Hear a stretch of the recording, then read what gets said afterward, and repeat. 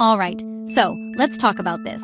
We are living in a moment, right now, today, October 1st, 2025, the political discourse has become a labyrinth.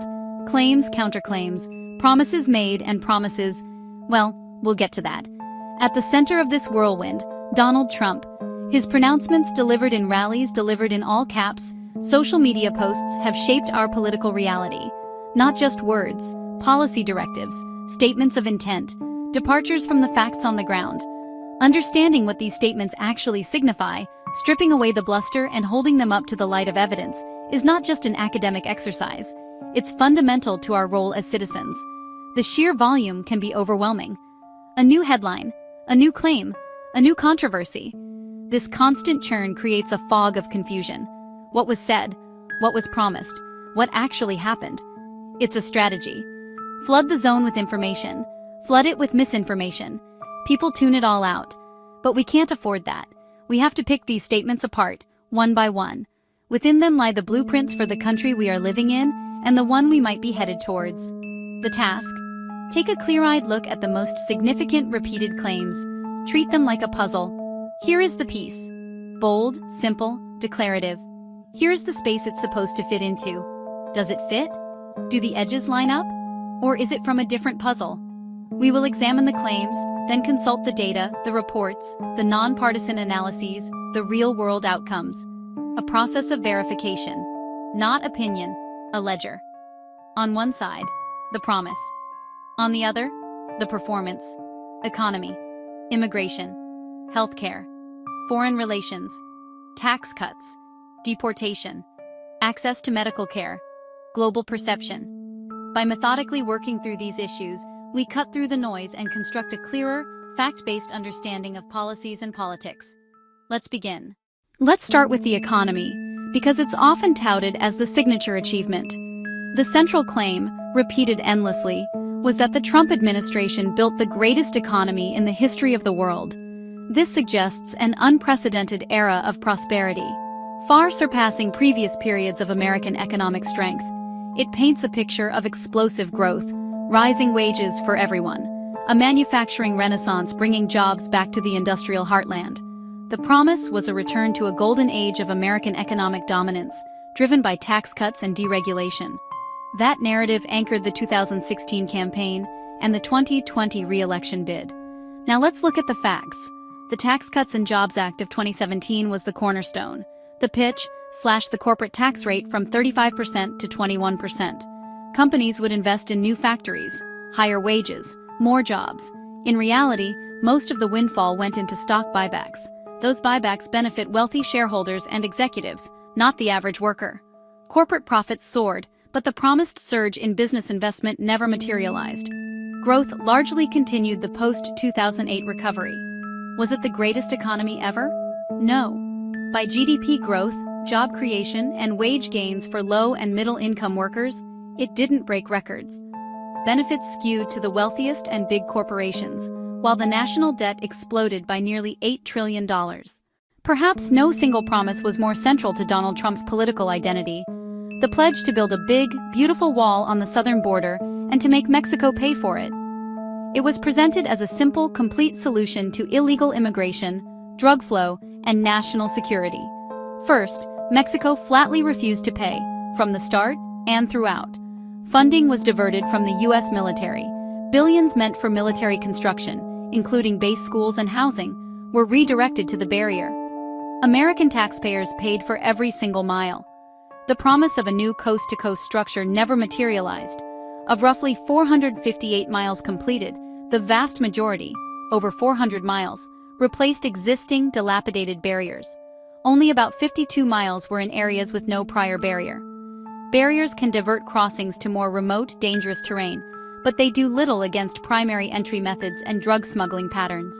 Many undocumented immigrants overstay legal visas, and most fentanyl is smuggled through official ports of entry, hidden in cars and commercial trucks.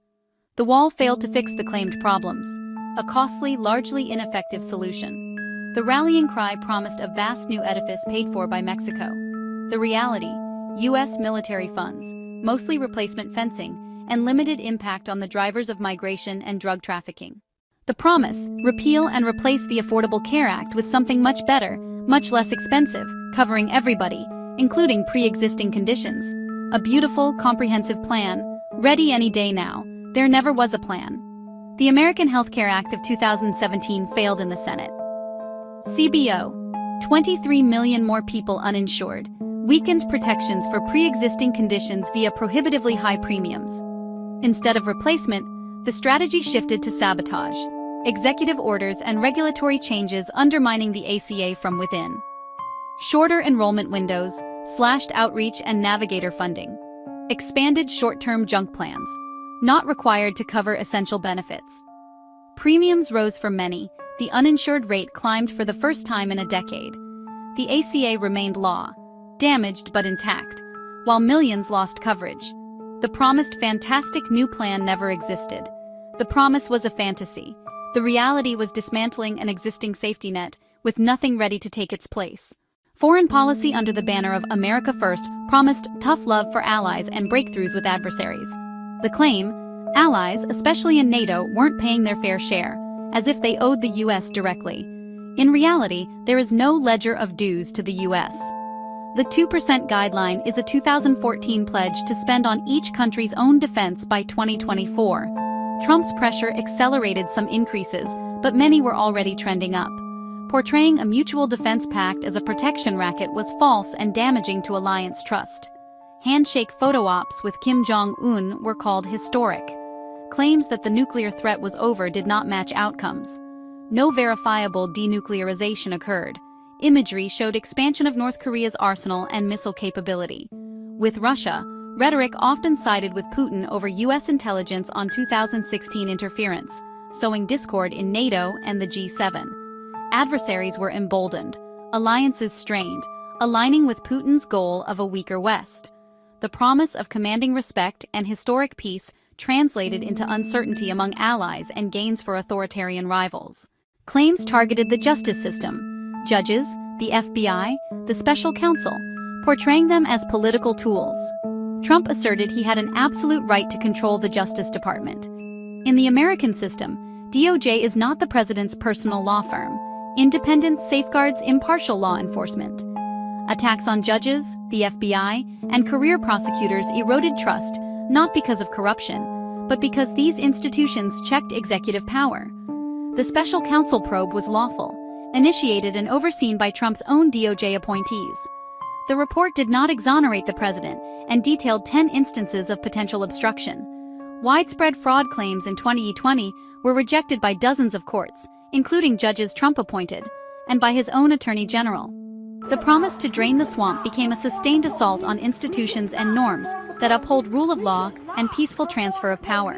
Across the economy, the wall, healthcare, foreign policy, and the rule of law, a pattern of bold promises that often crumble under evidence. We see a disconnect between rhetoric and policy outcomes.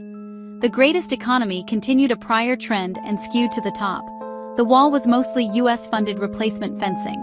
The fantastic healthcare plan never existed. Diplomatic breakthroughs left adversaries stronger and allies uncertain. In a world where facts are treated as optional, our responsibility is to discern truth from fiction. Be skeptical. Ask for evidence. Where are the numbers? What do nonpartisan reports say? What happened last time?